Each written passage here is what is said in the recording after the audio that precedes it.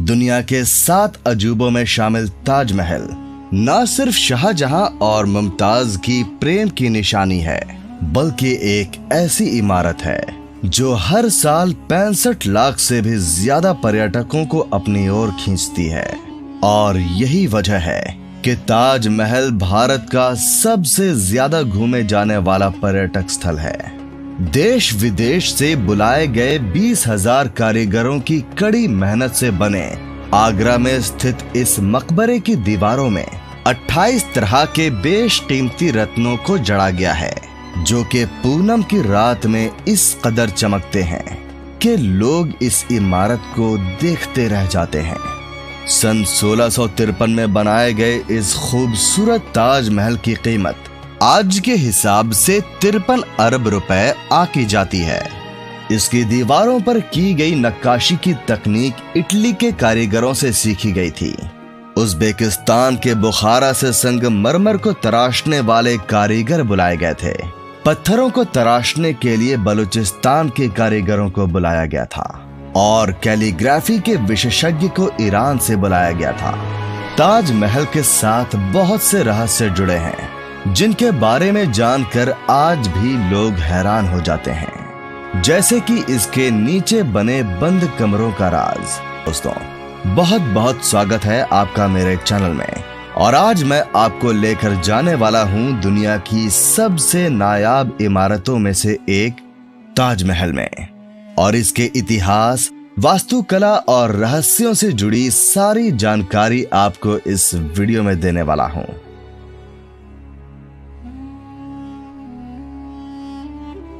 तो ताजमहल उत्तर प्रदेश के आगरा शहर में स्थित है, और आगरा पहुंचने के बाद आप आसानी से बस, ऑटो रिक्शा, कैब या अपने निजी वाहन से यहां तक पहुंच सकते हैं। तो मैं अपने निजी वाहन से वेस्ट गेट पार्किंग की तरफ से ताजमहल के परिसर में पहुंचा, और मैंने टिकट काउंटर तक लगभग 1 किलोमीटर का सफर पैदल चलकर पूरा किया। आप चाहें तो 20 रुपए प्रति व्यक्ति का टिकट लेकर इलेक्ट्रिक कार्ड से भी टिकट काउंटर तक पहुंच सकते हैं। मैं बताना चाहूंगा कि ताजमहल में प्रवेश करने का टिकट अगर काउंटर से लिया जाए तो 50 रुपए का है, और अगर ऑनलाइन बुक किया जाए तो 45 रुपए का है। और आपके पास कुछ सामान वगैरह है तो यहाँ फ्री लॉकर की सुविधा भी उपलब्ध है।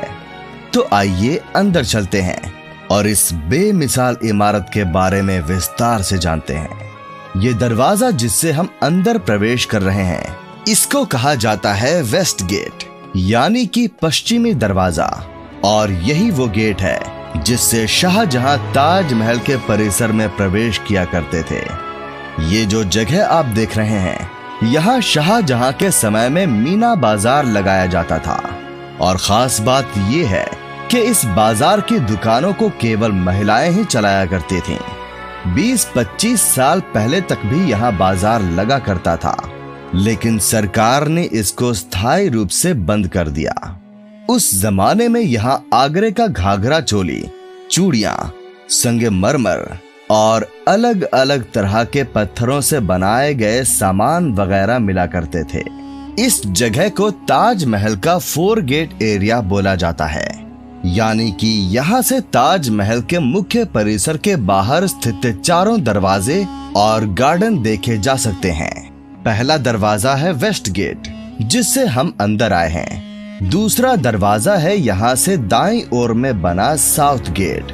इस गेट को शाहजहां के कारीगरों के लिए बनवाया गया था। तो ताजमहल को बनाने आए कारीगर और उनका परिवार इसी गेट से इस परिसर में प्रवेश किया करता था। आज भी इस गेट के पीछे की तरफ कॉलोनी बनी हुई है, जहां लोग कई पीढ़ियों से रहते आ रहे हैं। तीसरा दरवाजा है यहाँ से सीधी दिशा में बना ईस्ट गेट, जिसको वीआईपी गेट के नाम से भी जाना जाता है। शाहजहां के जो भी खास लोग हुआ करते थे, वो इसी ईस्ट गेट से अंदर प्रवेश किया करते थे। और खास बात ये है कि आज भी जब भी कोई वीआईपी ताजमहल घूमने आते हैं, तो वो इसी गेट से अपनी गाड़ी अंदर लेकर आते हैं। चौथा दरवाजा है मुख्य परिसर में प्रवेश करने के लिए बनाया गया बाईं ओर में स्थित ये रॉयल गेट। यानी कि शाही दरवाजा। इस शाही दरवाजे के ऊपर आप देखेंगे कि सफेद रंग के 11 गुंबद बने हैं। ठीक ऐसे ही गुंबद आपको इसके अंदर की तरफ भी दिखाई देंगे। ताजमहल को बनने में कुल मिलाकर 22 साल लगे थे, इसीलिए यहाँ कुल मिलाकर ये 22 गुंबद बनाए गए थे। 2019 में किए गए एक सर्वे के अनुसार ताजमहल भारत में सबसे ज्यादा घूमे जाने वाली इमारत है, जिसको देखने के लिए हर साल देश विदेश से 65 लाख से भी ज्यादा लोग आते हैं। यही नहीं, बल्कि ताजमहल दुनिया की 8वीं सबसे ज्यादा घूमे जाने वाली इमारत है। ताजमहल की सबसे ज्यादा लोकप्रियता इसके निर्माण से जुड़ी प्रेम कहानी की वजह से है। शाहजहां ने अपनी बेगम मुमताज महल की याद में इस इमारत को बनवाया था। मुमताज का असली नाम अर्जुमंद बानो बेगम था और शाहजहां ने उन्हें मुमताज महल नाम दिया, जिसका मतलब होता है महल का सबसे अनमोल रत्न। महज 38 साल की उम्र में अपने 14वीं संतान को जन्म देते वक्त मुमताज की बुरहानपुर में मृत्यु हो गई। अपनी प्रिय बेगम की मृत्यु की खबर सुनते ही बादशाह ऐसे दुखी हुए जैसे उनकी जिंदगी ही तबाह हो गई, और कुछ समय बाद बादशाह ने उनकी याद में ताजमहल बनवाने का फरमान जारी किया। ताजमहल का नक्शा पर्सिया के जाने माने आर्किटेक्ट उस्ताद अहमद लाहौरी ने 37 लोगों की टीम के साथ मिलकर तैयार किया था। ये वास्तुकार दुनिया के अलग अलग कोनों से बुलाए गए थे। आपकी जानकारी के लिए मैं बता देता हूँ कि ताजमहल की तरह ही दिल्ली के लाल किले के आर्किटेक्ट भी उस्ताद अहमद लाहौरी ही थे। ताजमहल का डिजाइन दिल्ली में स्थित हुमायूं के मकबरे से प्रेरित नजर आता है। हुमायूं शाहजहां के परदादा थे और उनका मकबरा हिंदुस्तान में आगे बनने वाली कई मुगल इमारतों के लिए प्रेरणा बना। यहाँ चारों तरफ में जो आप लाल पत्थर से बने कमरे देख रहे हैं, ये कुल मिलाकर 210 कमरे हैं, जो कि खास तौर पर ताजमहल को बनाने आए कारीगरों के विश्राम गृह के रूप में बनाए गए थे। तो ये सारे कमरे उसी समय के हैं, और जब भी कारीगर काम करके थक जाते थे तो यहाँ खाना खाकर 2-4 घंटे आराम करते थे और फिर दोबारा काम पर लग जाते थे। तो शाही दरवाजे से ताजमहल 300 मीटर दूर है। ये जो आपको बीच में लाइन दिखाई दे रही है, अगर आप इस लाइन को फॉलो करते हुए ताजमहल की तरफ जाएंगे तो आपको ऐसा महसूस होगा कि ताजमहल दूर जा रहा है, जिसको नजरों का धोखा या ऑप्टिकल इल्यूजन भी कहा जाता है। ताजमहल की कीमत तय करने में समय के अंतराल से काफी फर्क आ गया है। फिर भी ऐसा अनुमान लगाया जाता है कि आज इसकी कीमत 53 अरब रुपयों की है। यहाँ आपको 2 तरफ में बनी ये लाल बिल्डिंग दिखाई देगी, जिनको ड्रम हाउस के नाम से जाना जाता है। तो शाहजहां जब भी ताजमहल के अंदर प्रवेश करते थे तो उनके स्वागत के लिए इन ड्रम हाउस में नगाड़े बजाए जाते थे। ऐसा कहा जाता है कि शाहजहां ने ताजमहल बनाने वाले मजदूरों के हाथ कटवा दिए थे, लेकिन इस बात का कोई प्रमाण मौजूद नहीं है। और बहुत से इतिहासकारों का मानना है कि शाहजहां ने मजदूरों और कारीगरों की जिंदगी भर की पगार देकर उनसे करारनामा लिखवाया था कि वो ऐसी कोई दूसरी इमारत नहीं बनाएंगे। ये जो सफेद संगमरमर से बना टैंक आप देख रहे हैं, इसको बादशाही टैंक के नाम से जाना जाता है। इसी जगह पर बैठकर शाहजहां ताजमहल को बनता हुआ देखा करते थे, और उनको कहीं भी कोई कमी लगती थी तो वो एक पत्थर हटवाकर दूसरा लगवाया करते थे।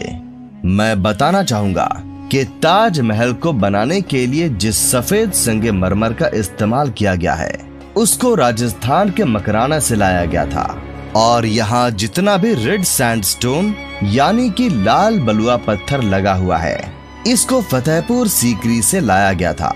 जेड और क्रिस्टल चाइना से मंगवाया गया था। लेपिस लेज़ली अफगानिस्तान से आया था। डरकोइश तिब्बत से, जस्पर पंजाब से, सैफायर श्रीलंका से, और कार्नेलियन अरब से लाया गया था। कुल मिलाकर ऐसे ही 28 किस्म के बेशकीमती रत्नों को सफेद संगमरमर में जड़ा गया था। कहा जाता है कि इन सब चीजों को दूसरे मुल्कों से आगरा लाने के लिए 1000 से भी ज्यादा हाथी इस्तेमाल किए गए थे। ताजमहल के ऊपर आप जो भी काले रंग का लेख देख रहे हैं वो अरबिक भाषा में लिखा गया कुरान का पहला चैप्टर है। तो इसको लिखने के लिए किसी स्याही का इस्तेमाल नहीं किया गया है, बल्कि काले रंग के पत्थरों को काट काट कर इन मार्बल्स के अंदर बड़ी मेहनत से लगाया गया है। बताया जाता है कि जो भी कारीगर इन पत्थरों को काटने का काम करते थे उनकी उंगलियां घिसने से खून भी निकलने लगता था, इसीलिए ये काम बेहद मुश्किल हुआ करता था। इस कैलीग्राफी को डिजाइन करने वाले शख्स का नाम अब्दुल हक था, जिसे ईरान से बुलवाया गया था। और बताया जाता है कि शाहजहां ने उसकी चकाचौंध कर देने वाली कला को देखते हुए उसे उपाधि के तौर पर अमानत खान नाम दिया था। ताजमहल का निर्माण आज से करीब 400 साल पहले 1631 में शुरू हुआ था और ये 22 साल बाद 1653 में पूरा बनकर तैयार हो गया था, जिसके पीछे 20,000 कारीगरों और मजदूरों की कड़ी मेहनत शामिल थी। ताजमहल को बनाने के लिए हर चीज को हीरे की तरह परख कर चुना गया था। इसकी दीवारों पर जो नक्काशी है, इसकी तकनीक इटली के कारीगरों से सीखी गई थी। उज़्बेकिस्तान के बुखारा से संगमरमर को तराशने वाले कारीगर बुलाए गए थे और पत्थरों को तराशने के लिए बलूचिस्तान के कारीगरों को बुलवाया गया था। यहाँ जो लाल रंग के फूल बने हुए हैं, ये कोई पेंटिंग नहीं है, बल्कि इन फूलों को अलग अलग किस्म के बेशकीमती पत्थरों से बनाया गया है, जो कि चांदनी रात में यानी पूनम की रात में चमकते हैं। जब पूनम का चांद निकलता है तो ताजमहल पूरा सफेद नजर आता है, और जब चांद की रोशनी इन लाल फूलों पर पड़ती है तो ये भी जगमगा उठते हैं, जिससे यहाँ का माहौल देखने लायक होता है। तो अगर आप भी पूनम की रात में ताजमहल को जगमगाते हुए देखना चाहते हैं तो आपको उसके लिए 1000 रुपए का टिकट लेना होगा।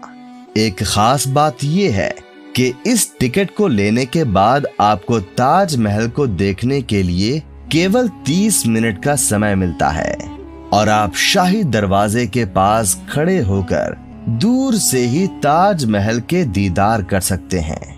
ताजमहल से जुड़ी एक खास बात यह भी है कि दूसरे विश्व युद्ध के दौरान सरकार ने मुख्य मकबरे के चारों ओर बांस का घेरा बनाकर सुरक्षा कवच तैयार कराया था, जिससे कि हवाई जहाजों को भ्रमित किया जा सके, और ये खास घेरा जर्मन और जापानी हवाई हमलों से सुरक्षा प्रदान कर पाए। 1965 और 1971 के भारत पाकिस्तान युद्ध के समय भी यही किया गया था। ताजमहल के दोनों ही तरफ में आपको लाल पत्थर की एक एक इमारत दिखाई देगी। बाईं ओर वाली इमारत मस्जिद है, जहां पर हर शुक्रवार के दिन हमारे मुस्लिम भाई नमाज अदा करने के लिए आते हैं, और उस दिन ताजमहल को पर्यटकों के लिए बंद करके रखा जाता है, लेकिन मुसलमानों के लिए इसको 2 घंटे के लिए खोला जाता है। दाईं ओर में जो लाल पत्थर की इमारत आप देख रहे हैं वो शाहजहां के समय का मेहमान खाना यानी कि गेस्ट हाउस हुआ करता था। इस मेहमान खाने में शाहजहां के मेहमान 2-3 घंटों के लिए आराम करके चले जाते थे, और यहाँ कोई भी मेहमान रात में नहीं रुकता था। मेहमानों के सोने का इंतजाम आगरा के किले में किया जाता था, क्योंकि वहाँ मेहमानों के ठहरने के लिए खास तौर पर कक्ष बनाए गए थे।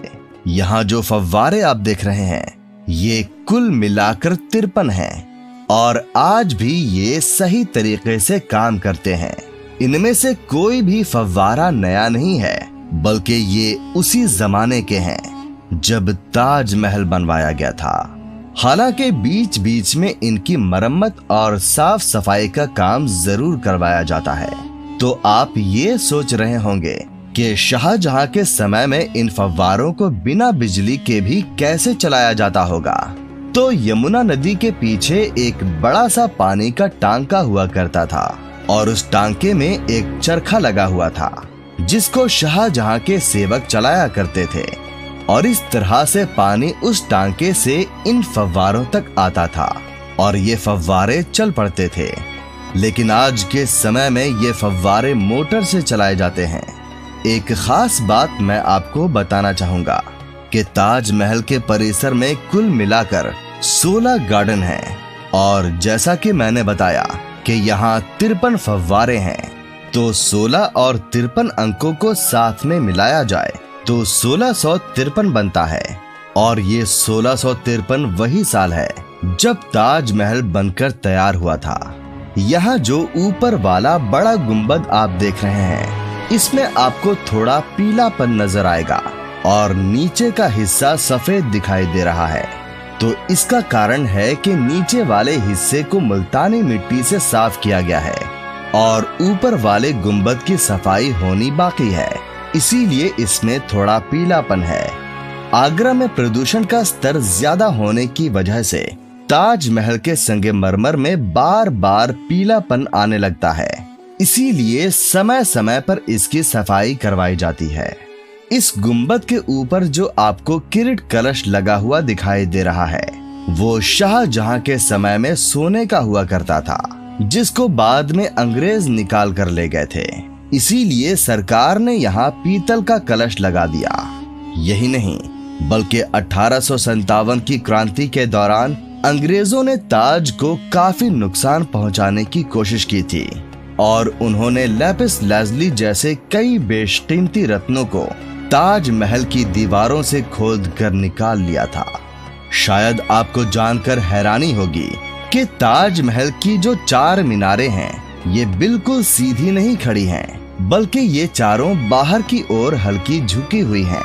इन्हें ऐसा जानबूझकर बनाया गया था ताकि भूकंप जैसी आपदा आने पर अगर ये गिरे भी तो बाहर की ओर गिरें और मुख्य मकबरे को कोई नुकसान न पहुंचे।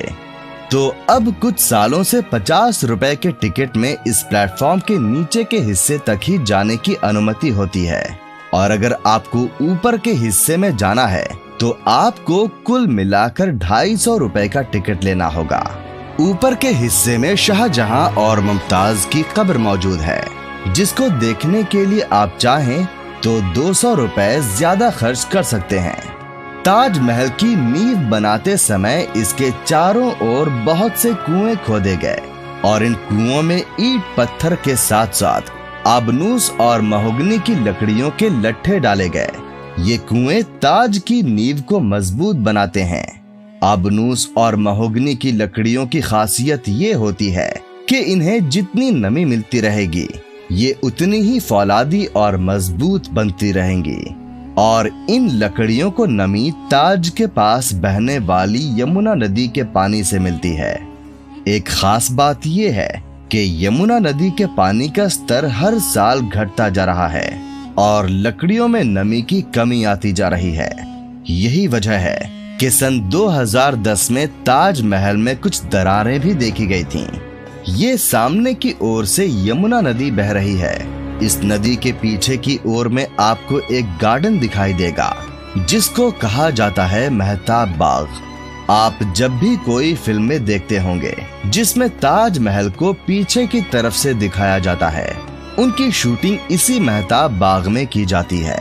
बताया जाता है कि शाहजहां अपने लिए मेहताब बाग में एक काला ताजमहल बनवाने वाले थे, लेकिन उनके बेटे औरंगजेब को लगा कि अगर ऐसा हुआ तो सारा खजाना उस काले ताज को बनाने में खर्च हो जाता और उसके हिस्से में कुछ नहीं आता। इसीलिए उसने ऐसा होने नहीं दिया और शाहजहां को आगरा के किले में बंदी बना लिया। आगरा के किले में मुसम्मन बुर्ज में शाहजहां को कैद किया गया था, जहां से बैठकर वो रोजाना घंटों तक ताजमहल को देखा करते थे। अगर आप शुक्रवार के दिन आगरा आते हैं तो आपको ताजमहल के परिसर में तो प्रवेश करने के लिए नहीं मिलेगा, लेकिन आप चाहें तो आप मेहताब बाग से ताजमहल का दीदार कर सकते हैं और मेहताब बाग से ताजमहल आपको कुछ ऐसा दिखाई देगा। यहाँ आपको ये खुफिया सुरंग भी दिखाई देगी जो कि ताजमहल के बेसमेंट से होते हुए सीधा आगरा के किले में जाकर खुलती थी। तो ये है आगरा के किले में मौजूद वो जगह जहाँ ये खुफिया रास्ता खुलता था। बताया जाता है कि शाहजहां की मृत्यु के बाद उनकी बेटियां रोशन आरा और जहां आरा उनके शव को इसी खुफिया रास्ते से ताजमहल तक ले गई थीं। ताजमहल के नीचे 22 ऐसे कमरे भी मौजूद हैं जो आज तक भी राज बने हुए हैं। इन कमरों में क्या है ये हर कोई जानना चाहता है, लेकिन ये कई दशकों से ऐसे ही बंद पड़े हैं। आइए अब हम ऊपर के हिस्से में चलते हैं। तो जैसा कि मैंने आपको बताया था कि यहाँ तरह तरह के जेमस्टोन लगाकर फूल बनाए गए हैं जो कि चांदनी रात में चमकते हैं। देखने में भले ही ये कांच जैसे लगते हैं, लेकिन ये सभी जेमस्टोन्स हैं जो कि पूनम की रात में चमकते हैं। यहाँ जितने भी जेमस्टोन्स लगाए गए हैं ये भारत के नहीं बल्कि दूसरे मुल्कों से लाए गए थे। तो हर स्टोन को काट काट कर बड़ी बारीकी से मार्बल के अंदर फिट किया गया था। और ताज्जुब की बात यह है कि आज भी ये काम आगरा में किया जाता है। यहाँ जो हरा पत्थर आप देख रहे हैं ये है एमरल्ड यानी कि पन्ना, जिसको अंगूठियों में भी लगाया जाता है। जो लाल रंग का पत्थर है उसको कहा जाता है कोरल यानी कि मूंगा, और इसको भी अंगूठियों में पहना जाता है।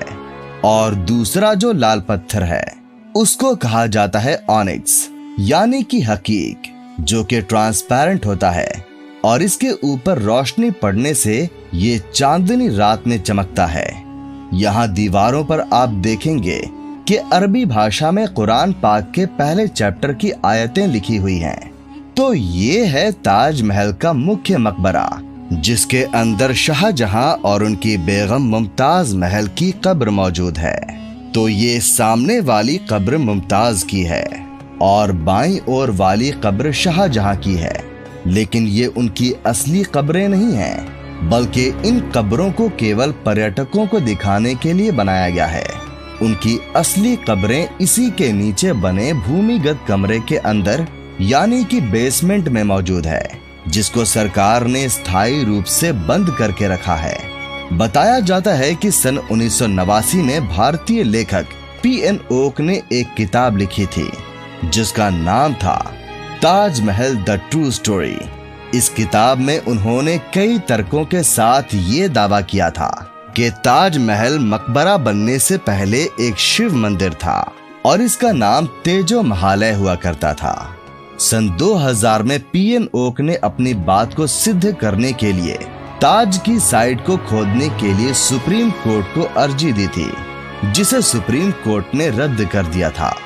आर्कियोलॉजिकल सर्वे ऑफ इंडिया के मुताबिक ताजमहल कभी एक शिव मंदिर था और इसका नाम तेजो महालय हुआ करता था। इस बात के कोई पुख्ता सबूत नहीं है, बल्कि शाहजहां ने ताज को बनवाया था, इसके प्रमाण ही इतिहास के पन्नों में मिलते हैं। तो ये था आगरा में स्थित ताजमहल से जुड़ा रोचक इतिहास और तथ्य। अगर आप चाहते हैं कि मैं किसी खास इमारत का वीडियो आपके लिए बनाऊं, तो उस जगह का नाम नीचे कमेंट करके जरूर बताइएगा। अगर आपको मेरा ये वीडियो पसंद आया हो तो लाइक और शेयर जरूर कीजिएगा, और अगर आप मेरे चैनल पर नए हैं तो इसको सब्सक्राइब करना मत भूलिएगा। आपका बहुत बहुत धन्यवाद। आपका दिन शुभ रहे।